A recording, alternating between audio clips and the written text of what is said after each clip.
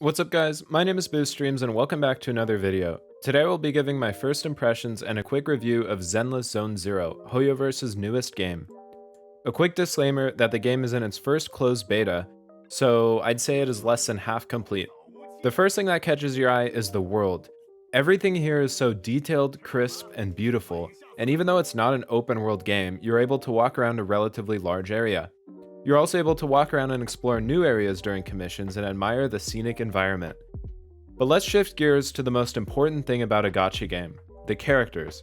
You're able to select between the male or female main character when you start the game. I selected the female character, but the male main character still accompanies me on my journey in stories and dialogue. The main characters do not participate in combat, however. Instead, this is a list of combat agents who you will be using to fight. Alright, so let's take a quick look through the agents, or the characters. So first up we have Anbi. She's kind of just like the basic character. She's one of the main characters of the story.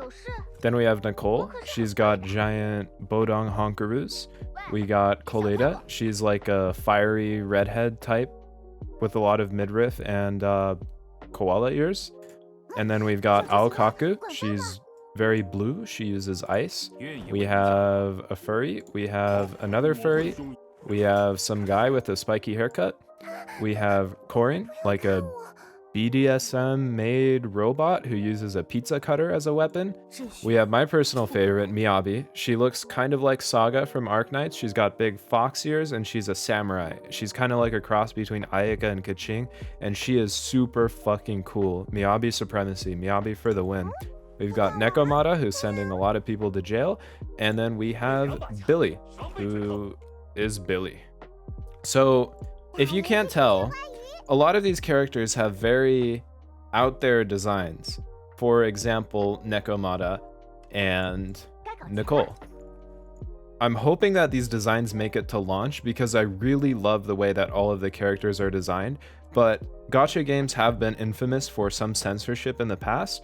But yeah, let's hope everything makes it through because these character designs are really nice and clean. If you want a more in-depth look at all the characters, their kits, and their gameplay, let's get this video to 50 likes. So we've seen the characters. How about the actual combat? The combat is, in my humble opinion, the best part of this game, and my favorite combat system of any game I've played until now. Use 3 characters in a party and perform combos with not only your own skills, but also combos with switching characters. The coolest mechanic is dodging, since when you dodge, you're able to perform a special attack before the invincibility period for dodging ends. But it's better if I show you rather than tell you. Here's the first big boss you'll fight, so if you don't want spoilers, skip to the time on the screen.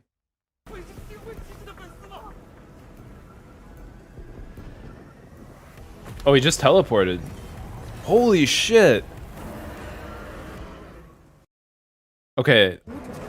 This guy looks cool. Okay, wait. This might be a hard boss, actually.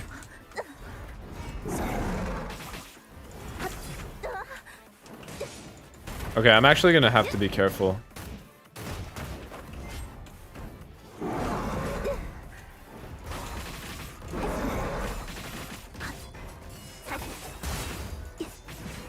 Can I not freeze him or something?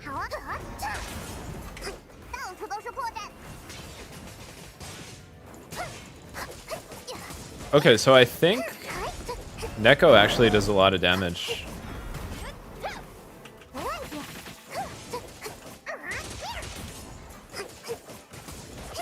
Oh my god, look at his health though. Okay, so he's taking 250% damage right now.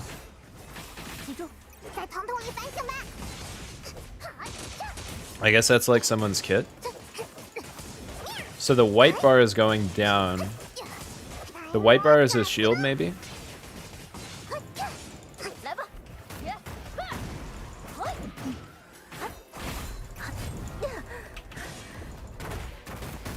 This is fun. Okay, so the white bar is yellow now.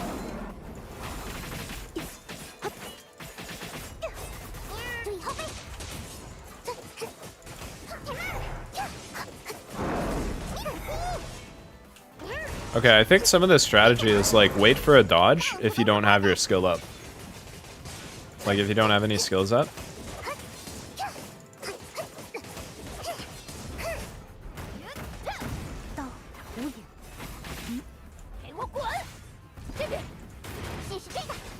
Epic combos, dude.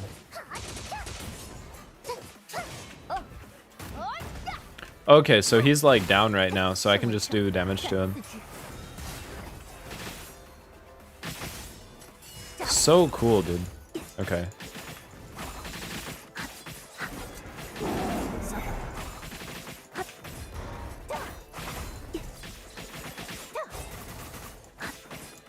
Maybe it's just because I have like really good stagger, but I'm a little worried that this guy is just kind of like a punching bag.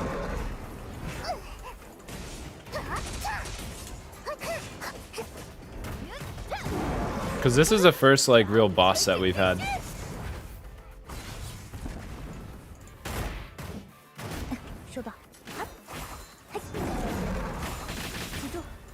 Okay, maybe he's not just a punching bag. Maybe I'm just so good. I'm just too good at dodging, man. Oh, let's go. The commissions where you encounter the combat are all roguelike events. In my experience, roguelike tends to get stale after playing the same maps, events, and reading the same stories hundreds of times. But in Zenless Zone Zero, every commission has its own unique story, maps, enemies, and more. The unique thing about the story is that a lot of it is told through voiced manga panels. It's an incredibly creative and novel storytelling decision in my opinion. I can't comment regarding the quality of the story since I haven't paid a lot of attention to it, but it seems deep and layered with a lot of different characters involved even in the first few levels. The part that I feared the most about this game was the drive system, or as Genshin players know them, artifacts. Instead of the familiar 4-slot system, we actually have 6 drive slots per character. There aren't any specific domains or levels to acquire them, but rather a shop where you trade in parts for RNG drive rolls. There is a pity system where you are guaranteed 1 B-tier artifact every 10 pulls, but I can see this being painful in the future. If you don't like your drives, you can dismantle them for currency that you use for leveling up and ascending other drives. Fortunately, there is one less layer of RNG to the drives than Genshin's artifacts, as they only have 1 random substat rather than 4, so you don't have to worry about rolling into the right substat. While 6 slots seems like 2 extra slots of pain, it is a bit of a double-edged sword. It is great for hardcore min-maxers because you can have more combinations of set bonuses, like 3 2-set bonuses, or a 4-set bonus and a 2-set bonus. This is where I would talk about the gacha, but at this point there is no gacha. Hoyoverse simply gave us beta testers all the characters for free to use, and I couldn't be any more stoked. I would assume that the gacha system will be the same as Genshin Impact since it's been an insanely successful and money-making system, but there is a system where you promote characters using fragments that it looks like you'll have to get through gacha, but I'd assume that the rates and pity system will be the same as Genshin. For me, it's not the biggest deal if they are generous with free currency from levels and events, but we'll just have to wait and see. All in all, I give this game a 9.5 out of 10. I absolutely love it, and I've played it as much as I can since the closed beta came out. I've streamed this game on this YouTube channel for over 7 hours thus far, and every second I play, I just feel more and more impressed. For a closed beta, this game is so polished, it's not buggy at all, it feels like the final version of a game. I know some people have qualms with Hoyoverse as a company, and I certainly can't say I don't, but this game is an absolute must-play. Thank you for watching this video, and if you want to see another video on this game, let's hit 50 likes.